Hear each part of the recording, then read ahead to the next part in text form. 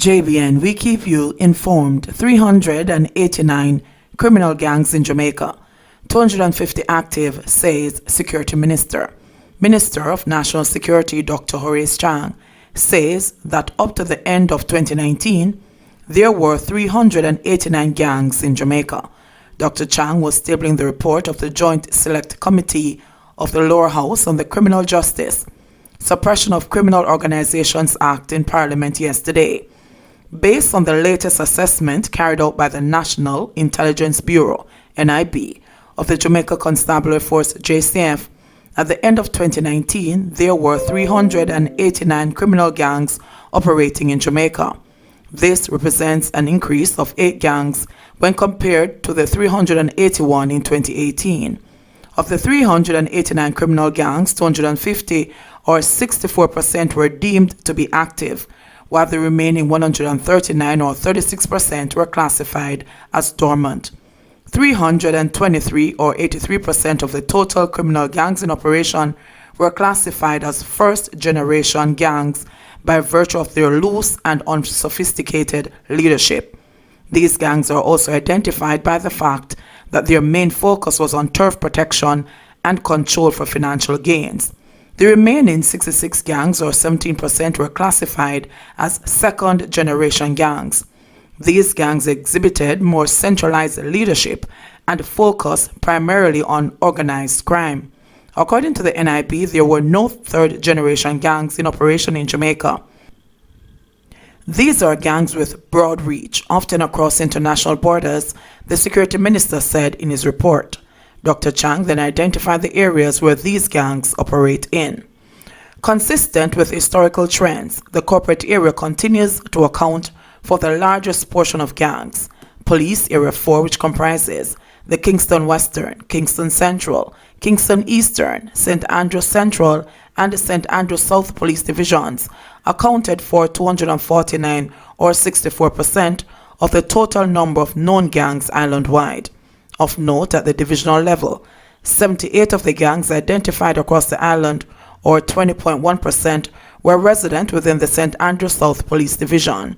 This was followed by the Kingston Central and Kingston Western Police Divisions with 13.1% and 12.3% respectively. Area 5, which has St. Catherine North, St. Catherine South, St. Andrew North, and St. Thomas, accounts for the second highest number of gangs in the island, with 57 gangs or 14.7%. They were followed by Area 1, St. James, Westmoreland, Hanover, and Trelawney with 51 gangs or 13.1%. In many communities across the island, gang members enjoy strong community support, which makes it difficult to isolate them.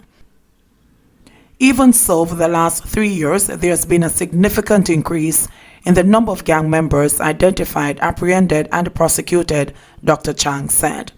Human skeletal remains found in Linstead, second tragedy there in 3 days.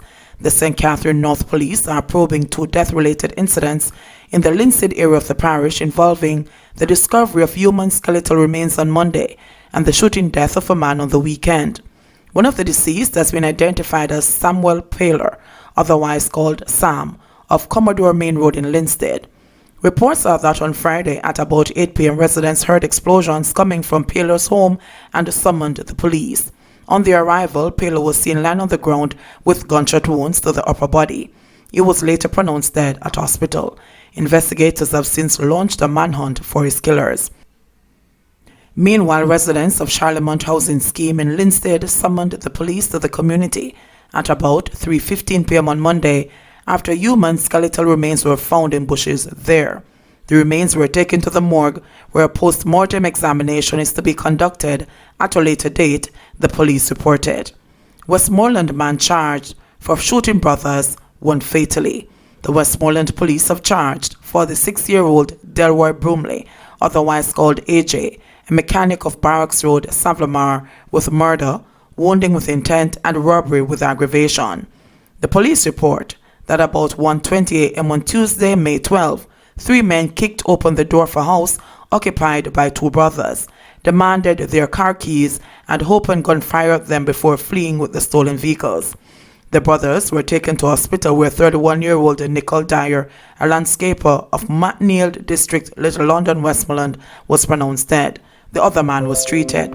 Bromley was arrested on Wednesday, May 13 and later charged. His court date is being finalized.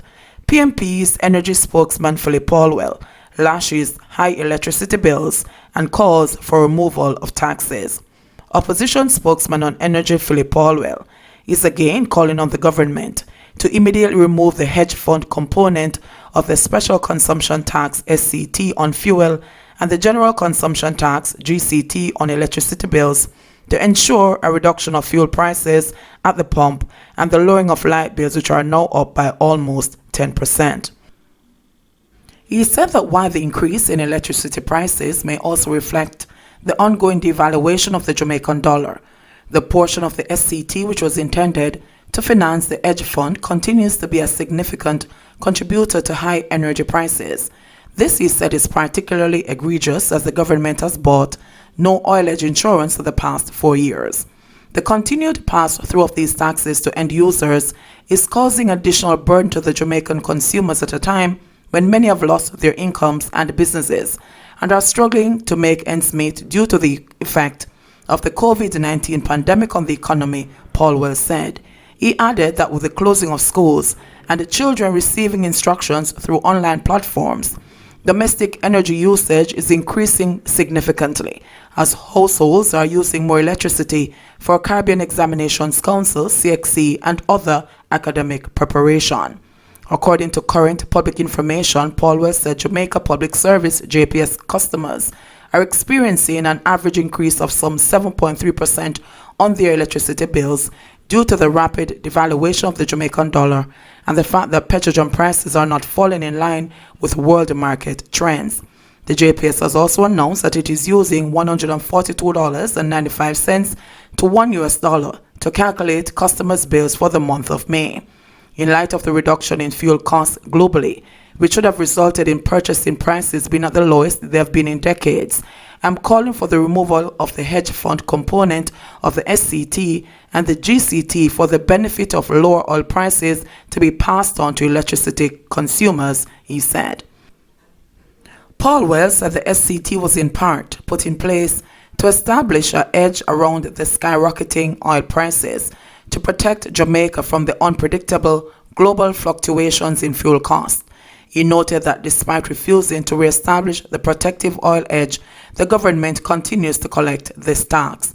It is hard to imagine that Jamaican consumers and businesses can continue to bear increases in energy prices in the present circumstances. It is full time that they benefit from lower international oil prices, Paulwell said. $24.5 million paid over to CAC for bad gas compensation. The state-owned Petrojam Ethanol Limited has paid over $24.5 million to the Consumer Affairs Commission, CAC, as compensation for consumers who were affected by the bad gas saga in 2015. Only persons who have filed claims that were approved by the CAC will be compensated. Some 380 motorists stand to be compensated from the payout. Minister of Science, Energy and Technology Fayval Williams has welcomed the move by the board of Petrojam. I hope that this payout will bring closure to this matter and will be seen as the government making good on its efforts to ensure compensation for the motorists who were adversely affected, Williams said in a statement, which did not indicate when the payments will be made. She said the payment of compensation is a sign of good faith by the government for the affected motorists, as neither Petrojam nor the government is liable for the incident. In 2015, motorists across the island were adversely affected when they purchased contaminated fuel. The Petrojam Trade Reform Committee was subsequently established in 2016 to investigate the bad gas reports and propose recommendations, several of which the ministry has been implementing to prevent a recurrence of this incident. The committee's final report revealed that there was no definitive conclusion about a specific contaminant in the petrol sold to the public between November 2015 and March 2016. The body was established by former Energy Minister Philip Paulwell to conduct a thorough investigation into alleged contaminated petrol. In December 2015, A total of 17 gas stations were ordered closed by the BSJ after Paul will publicly acknowledge complaints from scores of motorists that their vehicles had been damaged by contaminated petrol. A fuel quality report released at the time pointed to illegal mixing stations, rogue gas stations, and conspiracies between persons at various levels of the Petrojam trade. JBN, we keep you informed. Please remember, like, subscribe, share, leave us a comment, and click the notification bell to receive our daily news items.